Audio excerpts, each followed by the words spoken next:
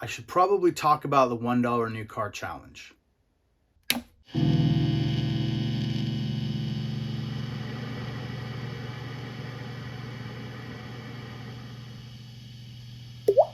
Hello everyone, welcome to Quarter Flips. I'm Dave, this is my channel.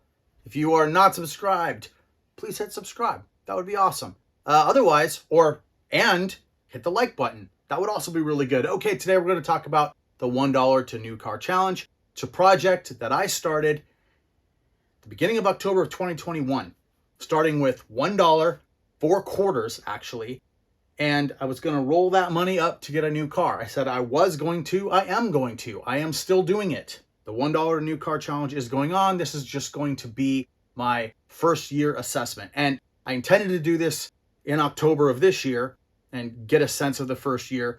But there's been a lot of things going on, and honestly, nothing really has gone on with the $1 to new car challenge in the last couple months, except for a few sales of a few items adding to the total. So we'll go over all of that. But what I thought I would do is go through kind of an overview of the whole project up until now, and then talk about where it's going to go in the future, because that is something that has to be addressed for specific reasons.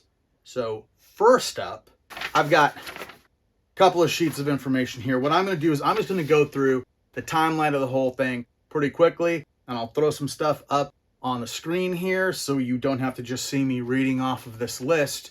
But here is basically the $1 to new car challenge history. First video was published October 2nd, 2021. I explained the rules. I had $1 in quarters that I needed to spend.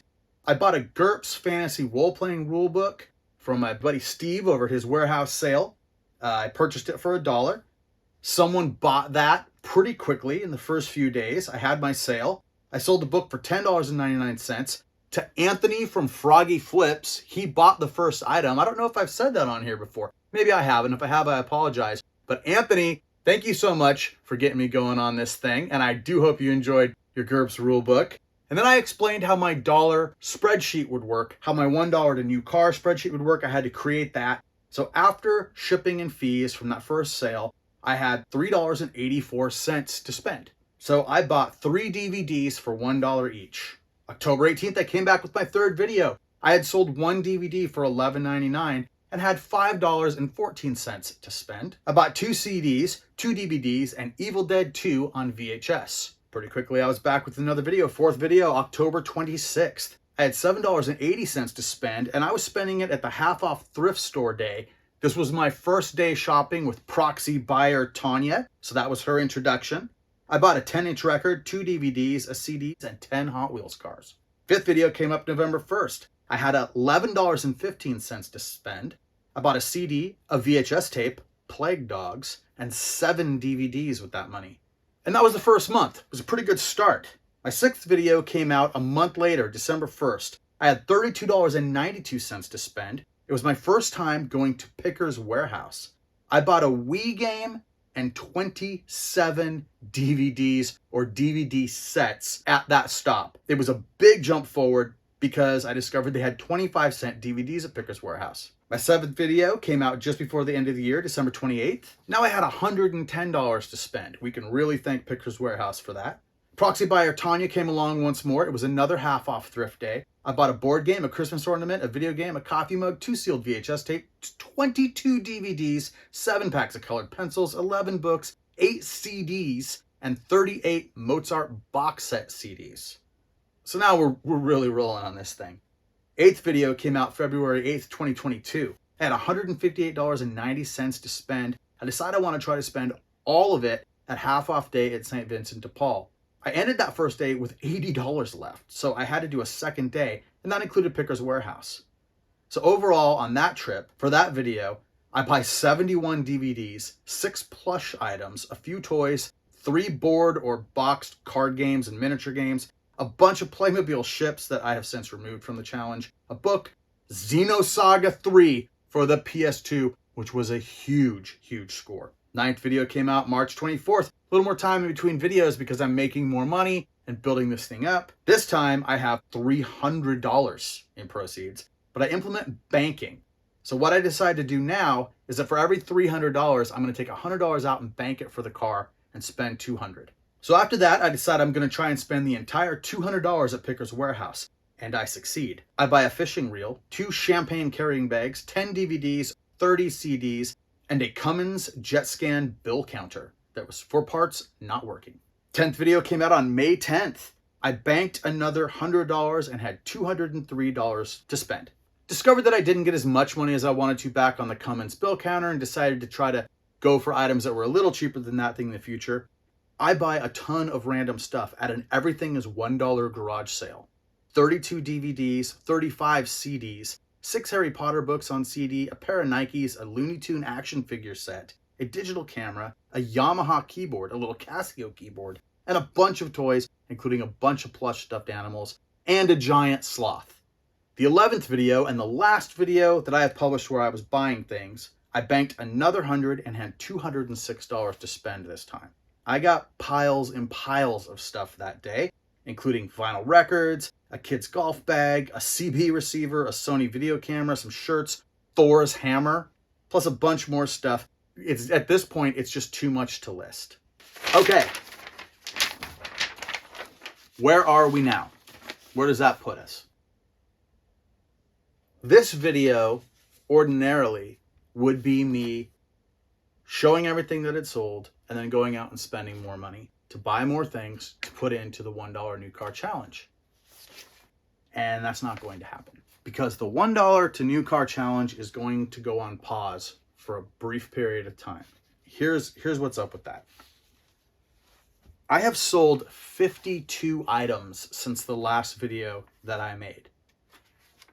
Currently, I have a total of $358, so more than I had any of these other times. I could bank the 100 and spend 258. Although I do think in my last video, I said I was going to go higher and try to hit 400 at least this time. So I'm still adhering to that. That's fine. But here's the deal.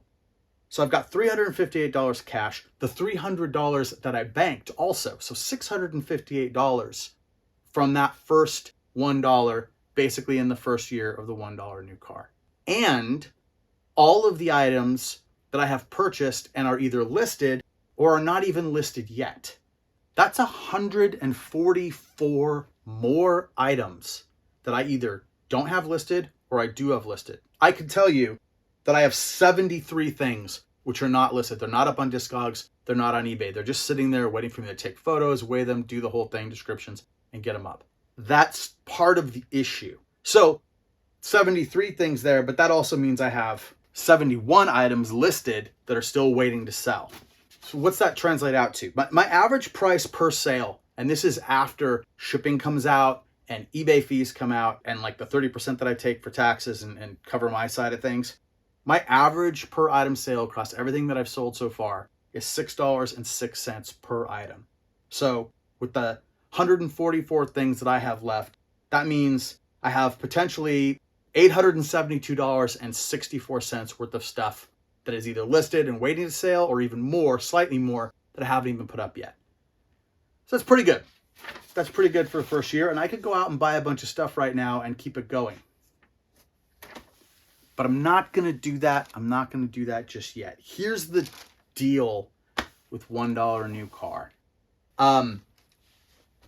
It's taking up too much time. It's too, like, in the beginning, I was making a video every few days. You know, like 4 in the first month or whatever. And they were coming much faster because I only had so much to work with. I mean, I'd list one thing or list 3 things or list 6 things or whatever it was, and then just go do the rest of the selling that I do. But now 144 things, getting them listed, getting them sold, packing and shipping, that's like a lot of work, especially when you add it to the full-time amount of work that I'm doing just trying to pay rent and stay afloat. I can't give that much of my time. There's more to this $1 new car than just the money. There's the time element. So the 71 items that are up still have a chance to sell and bring money into the project. The money is all still there. The thing will keep going. But I'm going to focus the next couple of months to really getting my day-to-day sales solid, like solidly making enough money so that I can cover all my expenses per month and come back and do a project like this. So it'll keep selling, but I'm not going to start putting new $1 new car items up until things get a little bit more stable, get into the new year. What I'll probably do with the things that I've already purchased is do something like, for every 10 things I list on the regular sales, I just list one $1 new car thing. And that'll keep it at least moving forward. And then at some point, I will, probably when I hit $500, I will consider making one large purchase again. I'm not going to lock myself into this. Maybe it won't be one large purchase, but maybe bank 100, buy something for 400 bucks. Maybe explore the idea of finding a lot of something that someone is selling on eBay or someone else, OfferUp or something like this, where I can, where it makes sense to buy maybe a large CD or music collection or a bunch of miniatures or something like that and keep this thing going. And then once I feel like, hey, you can dedicate a few days a month to this, it's no problem, we'll get back into it hot and heavy and we'll figure out how to start buying those things that bring in the money faster to get that car faster. So, yes, $1 new car is still going. No, I won't be focusing on it much for the next couple months. You probably won't see a purchasing video until, it could be March of 2023 before we get a real solid, hey, here's the new things for the $1 new car. But all of this could change. Anything could change at any time. I am still doing it, and that's the first year.